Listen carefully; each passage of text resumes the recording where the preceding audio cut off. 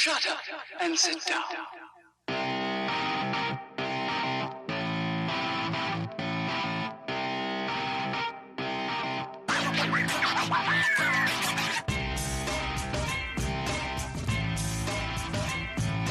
Welcome to the Bricks King podcast, where I'm going to bend your ear about Lego, review those amazing bricks of plastic, and discuss what is new and up-and-coming around the Lego world.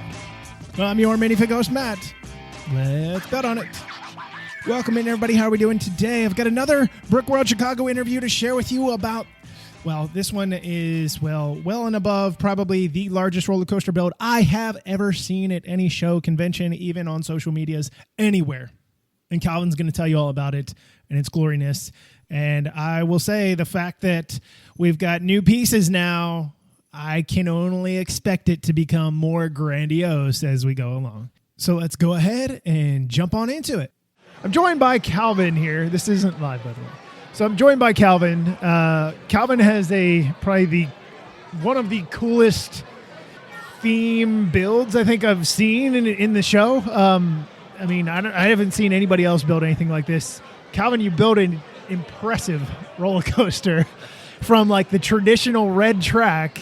And I mean, it fits perfect with the fact that we've got a new roller coaster that has a loop, but you're like, beat you to it, Lego. Yeah, I actually built this shortly after they released the original roller coaster set. I have always loved roller coasters growing up. I often have season passes to different parks. And as soon as I saw that coaster, I knew I wanted to get it and build my own. So, right. So I went overboard buying parts, and I just knew I wanted to make a loop because the original coaster didn't have one. Yeah. And went through probably 3 or 4 major iterations of the loop design. That was the toughest part, to get that running smoothly. But sure. I'm really happy with the results, and I've spent a lot of time, even since the initial build, improving it and adjusting it to make it run better. Well, you, I think it was on Friday, maybe. I can't remember. All the days have run together at this point in time. But you turned it on and showed me how it went up and stuff. And you said, there's still little bugs in it or whatnot. But, I mean, it's imperfect. It's plastic. So with that in mind, got some funky going on here. But with that in mind, it went up the lift, came down and went through the giant loop and back around. So where did you come up with the idea to put a loop in it? Because the original didn't have a loop. Right. So that really just came from real roller coasters. I really enjoy roller coasters that have some inversions. I knew loop was a very common feature on real roller coasters, so I just took that as a challenge. I like a mechanical challenge. I do a lot of Technic building. So I just really enjoyed that process of trying to solve a problem within a limited parts palette to be able to create that functioning loop. That is pretty cool. Sorry, there's a gentleman walking by with a Top Dad shirt on. I mean, it's Father's Day, instead of Top Gun, it says Top Dad. So, why the size? Why create something so big? Because it's got to be a pain in the butt to travel with. It absolutely is. The size was, it certainly needed to be high enough to get enough speed to go through the loop.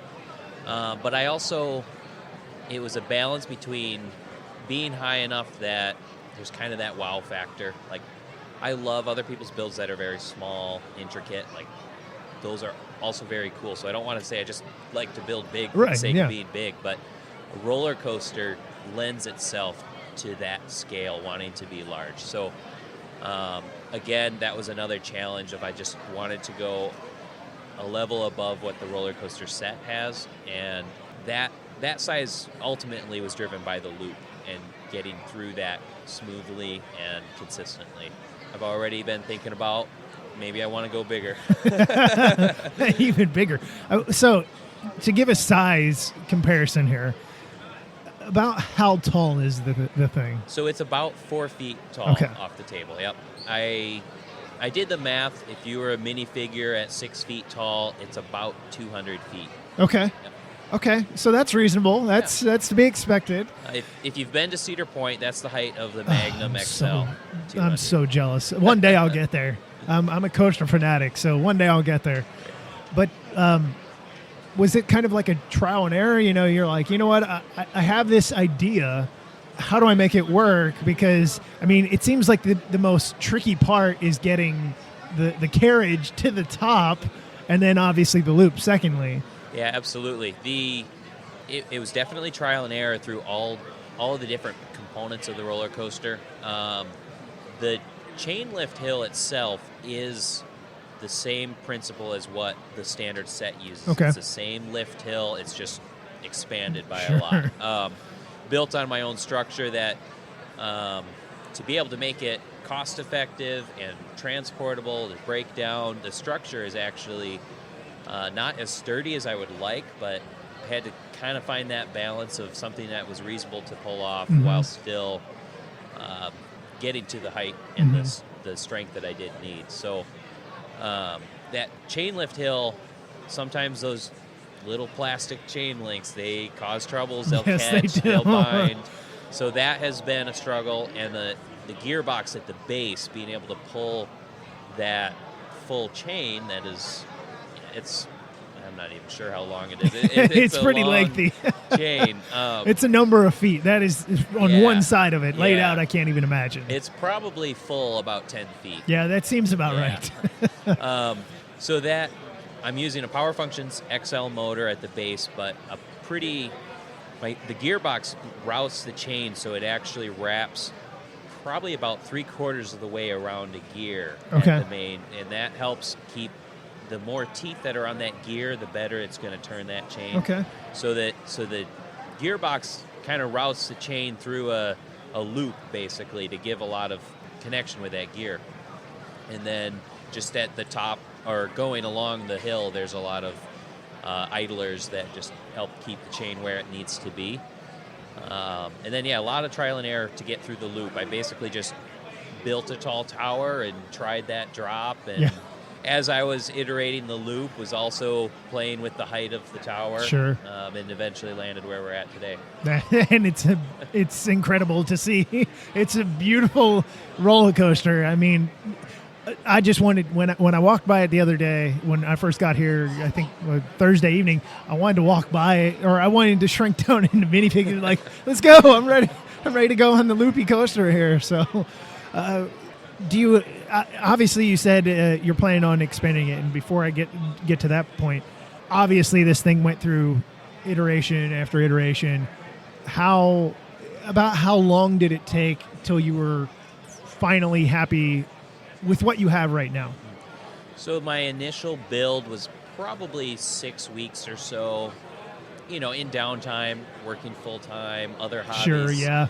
I have a hard time sticking with one thing. I get distracted. You're bouncing back and forth, yeah. But it was a good, solid 6 weeks of work leading up to Brick World. I believe it was 2019, the last one we had.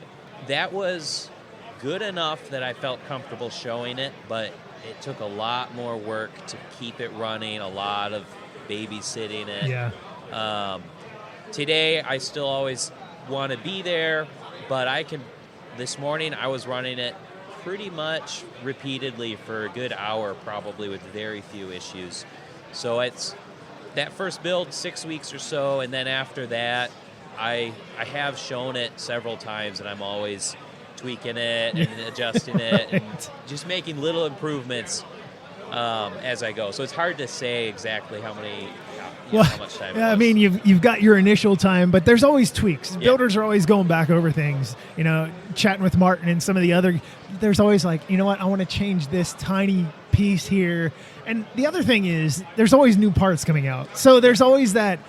With the new coaster coming out, you might be like, oh my God, that's going to solve my problem right there.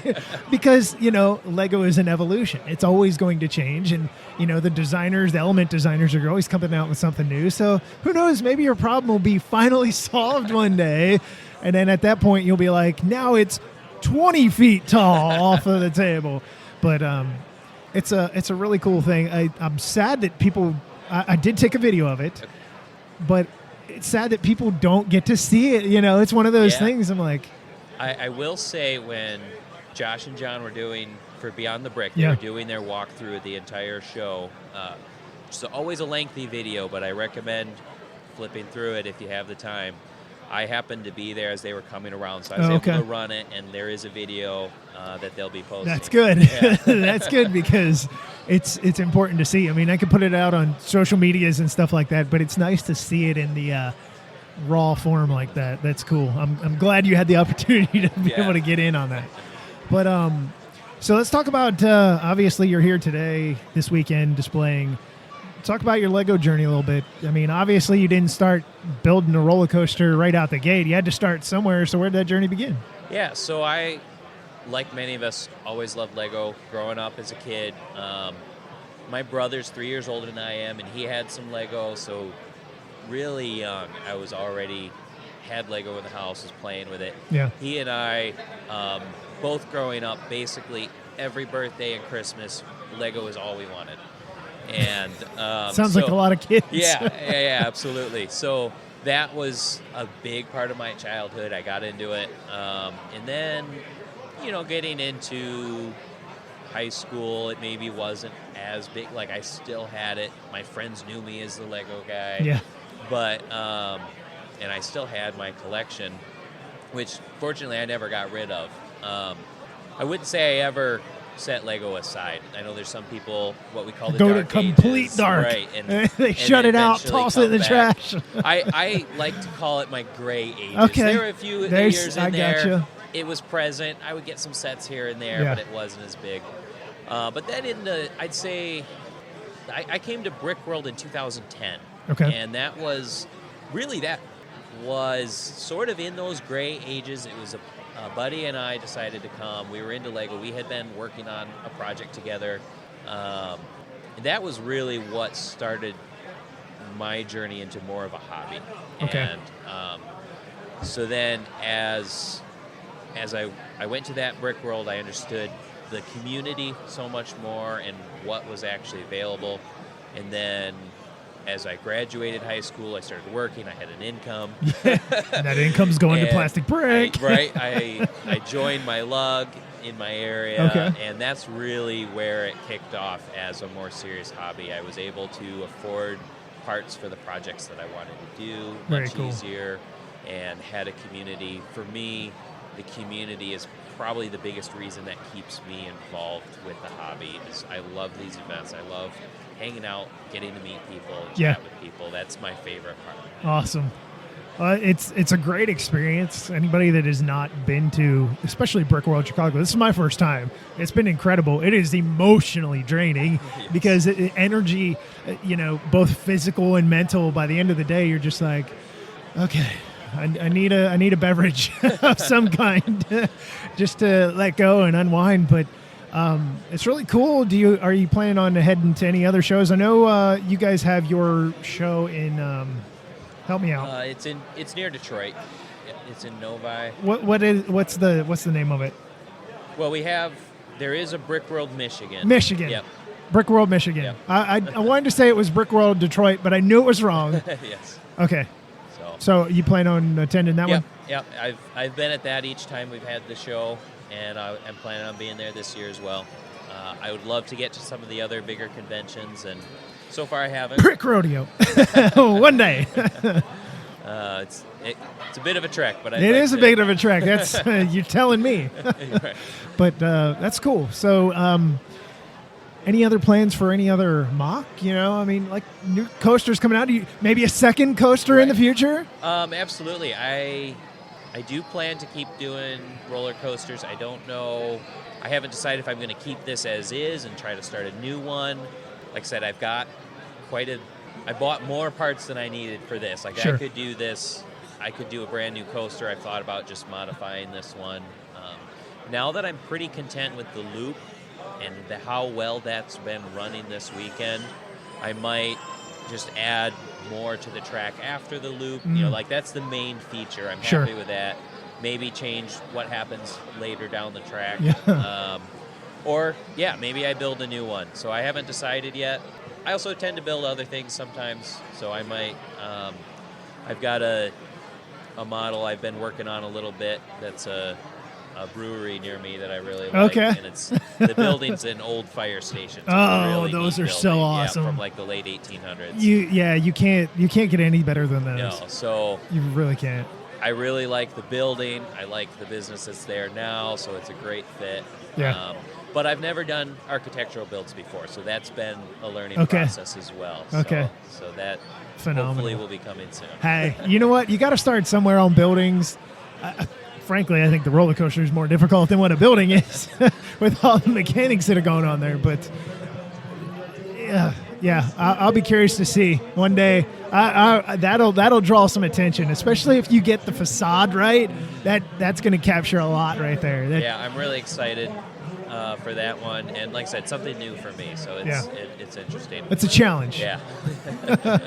Well, I appreciate you coming on and sharing a little bit about your model and stuff, because it's always a good thing to, hear different perspectives and where your driving force was to, get behind Lego, get behind building a roller coaster. I mean, can say pretty confidently there's not another roller coaster here this time.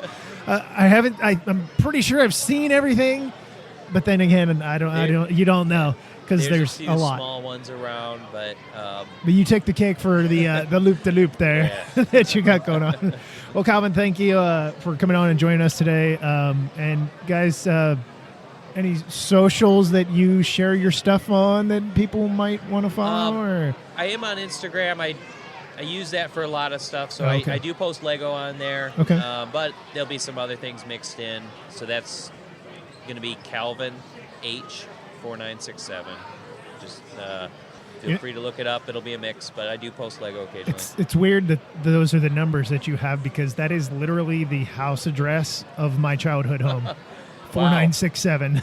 And that is creepy. So there actually is a story behind that number. Okay. I do a lot of work with a youth robotics competition, and so the team that I work with the most, each team gets a number ID, and that's our team number. So there it is. Yeah. It's not my house address from a child, you creep. No. Anyway. Well, again, check him out on his social, on Instagram, and you never know, maybe he'll give a sneak peek to the next roller coaster. So again, Calvin, thanks for coming on. Thank you very much.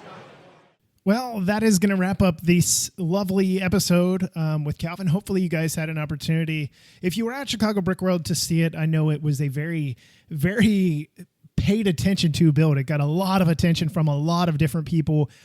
He was kind enough to show many people many times. He'd warm it up in the morning and get the thing ready to go, make sure there weren't any bugs. But again, it's Lego. You honestly never know if something is moved like a smidge overnight. A piece is just separated just enough, and then you go to do it and you're like, crap. I promise it works. I promise it works. And then you go back and you fix it. But it was a really cool build, and I can't wait to see what he brings next year. Like I said, with the new pieces involved, the new loop pieces, it can only get better. It can only get better. The science behind it, the math, I shouldn't say the science behind it, but the math behind it just makes it that much easier to be able to do a true large loop coaster and really kind of push everything, push the boundaries, push it higher, longer, faster, quicker, amazinger, everything. So with that in mind, I'm going to wrap this thing up. We've got the couple other episodes that are going to be popping out here. And I hope you guys enjoy those, especially the big behemoth that is coming your way tomorrow. Until we meet again, I'm your minifig host, Matt. Let's build on it.